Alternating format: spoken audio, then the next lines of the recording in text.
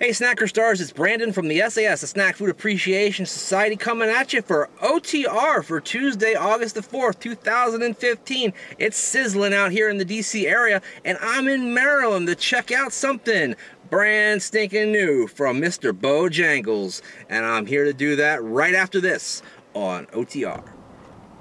You are looking live at the Bojangles Fried Chicken and Biscuits restaurant at the Rivertown Center on Oxon Hill Road in Oxon Hill, Maryland. You'll see that there is a Kmart in the distance, some kind of seafood restaurant over there.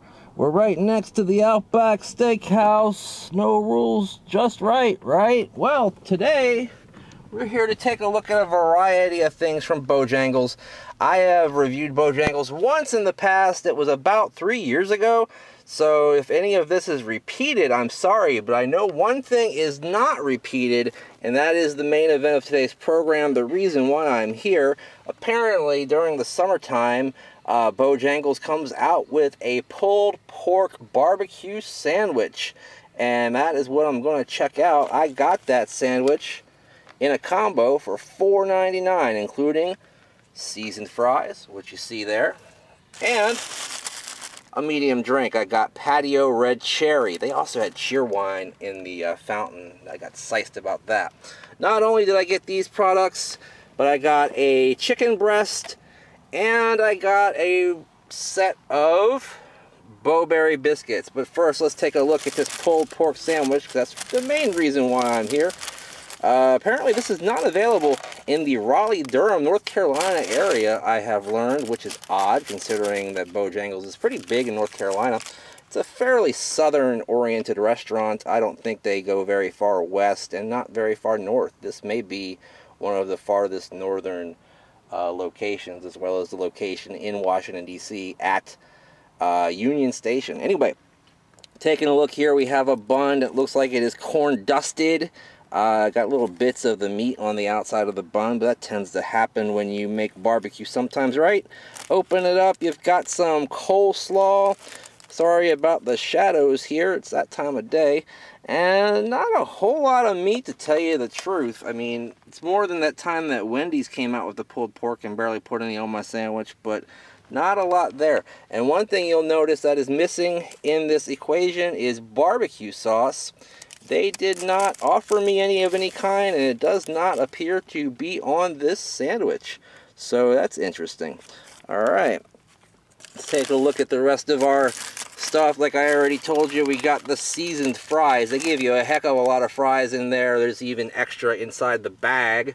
And then I got a breast of chicken, fried chicken that is, for $2.89 by itself.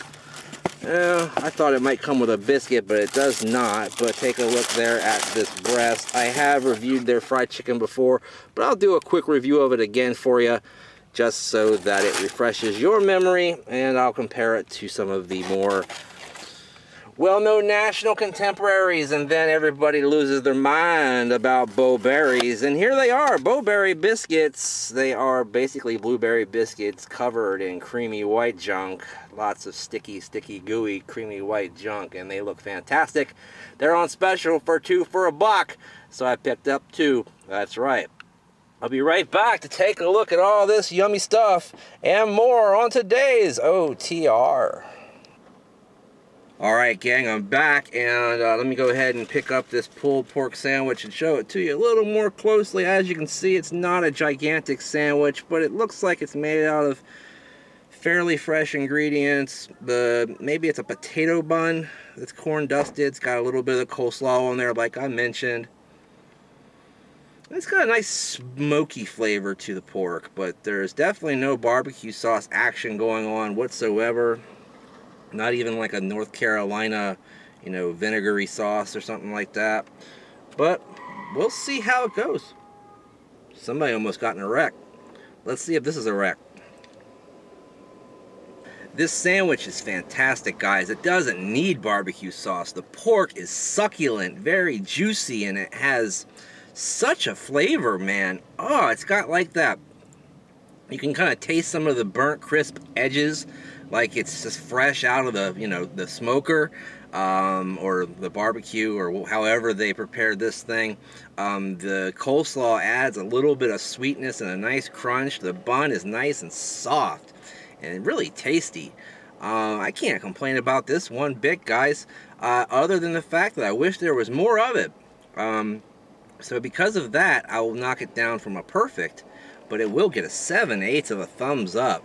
Pretty impressive first time outing here, as far as I know, for the summertime item of the pulled pork from Bojangles here in Oxon Hill, Maryland. Fantastic.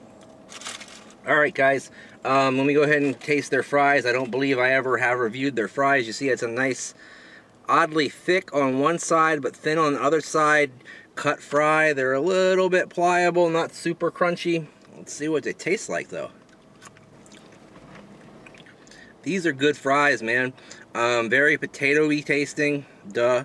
You know, they have that little bit of skin on the edge that really helps provide that baked potato taste almost in some of the bites. Nice and salty. Their seasoning is on point. It's not like a spicy thing or anything, but it does add a nice little kick of flavor to the French fry, and I dig that a lot too. I just wish they were a little tiny bit crispier and they would be perfect, but I'm giving them a 7/8 of a thumbs up too. Alright, moving right along to the fried chicken. Pick up this box right here. Got myself a big succulent breast of chicken right there. Take a look at it. Got whatever seasonings that they put on it. I don't think it's supposed to be spicy like Popeyes or anything, but it definitely has a crunchier coating than your KFC. More similar to Popeyes in terms of the coating, I would say. Let me go ahead and take a big old bite of this thing and let you know what I think. I am completely sans napkin here. It's been a while, let me just put it to you that way. It is spicy. It's not as spicy as Popeyes, and maybe that's a good thing, but it does have a very similar flavor, but yet not quite as greasy as Popeyes, but a lot meatier. I mean, don't want to necessarily show you where I bit, but look how much chicken is on there. That's fantastic, guys. Ow! Yeah, I'm going to go ahead and give that a 100% thumbs up, Daddy. 100% thumbs up, without a doubt. Some of the best fried chicken I've ever had. I've had a lot of fried chicken. Now, I do like Cluck U. They're another place that used to be a lot in Maryland, but they have since closed a lot of the shops in Maryland, and that's too bad. But they have a honey fried chicken that's out of this world. I think I might like that almost a little better than this, but this is pretty damn hard to beat. Let me get a sip of patio.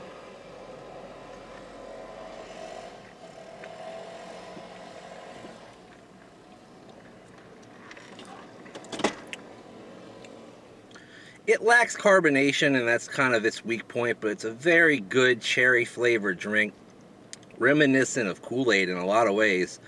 I dig it. I don't know what I rated it back in the day, but I'm going to go ahead and give it a 3/4 thumbs up this time around.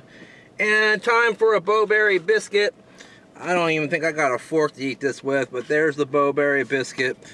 Lots and lots of the creamy white chunk all over there. Take a look at that. Isn't it so inviting? Nice and gooey and dripping off the sides of the Bowberry biscuit.